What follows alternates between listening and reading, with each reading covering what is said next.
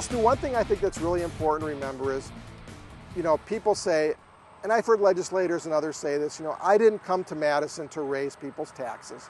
And I get that. I used to be a member of the state legislature, and I understand how hard it is to take a vote like that. But what we all ought to really remember is we're paying this bill one way or the other. The question is, how do we want to pay it? Right now, we're paying it in the form of economic losses from congestion that delay traffic, that delay commuters, that delay the movement of goods and tourists around the state.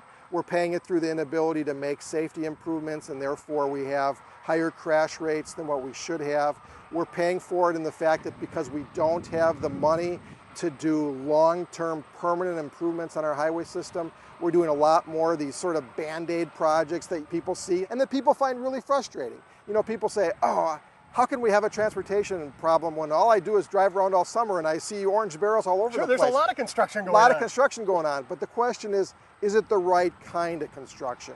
What we're seeing is because the money is not there, what the state is being forced to do is to do a lot more of sort of temporary fixes, Band-Aid type of things. Let's strip off a couple inches of asphalt and put a new surface down that it's going to last us 5, 6, 8 years, when what you really need to do is that road or that bridge has reached the end of its useful life and it needs to be reconstructed. So let's get in, do it, get out. That's how you have the minimum disruption, the least amount of barrels. What we're doing right now is the worst of both worlds. We're doing a lot of projects, we're disrupting a lot of people, but we're not doing long-term projects that will be sustainable for the future.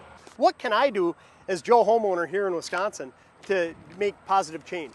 Well, obviously we're in a political season, and again, as you said, Stu, this is not a partisan issue. This is not about Democrats or Republicans. This is about just having a safe and efficient system. So I would encourage people when they're seeing their political candidates, people that want to represent them in the legislature or as governor, see them at the parade or wherever as this political season rolls on, have them ask the question, what are you going to do to make sure we have a safe and efficient transportation system? What are you prepared to vote for?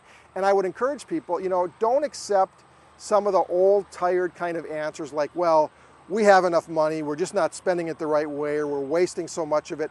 That's been studied extensively and it has been debunked numerous times. And what they really are is, in my opinion, excuses by people who just don't want to show any leadership on this issue. The fact of the matter is we need to have more revenue to have a safe and efficient system, and we got to get beyond that.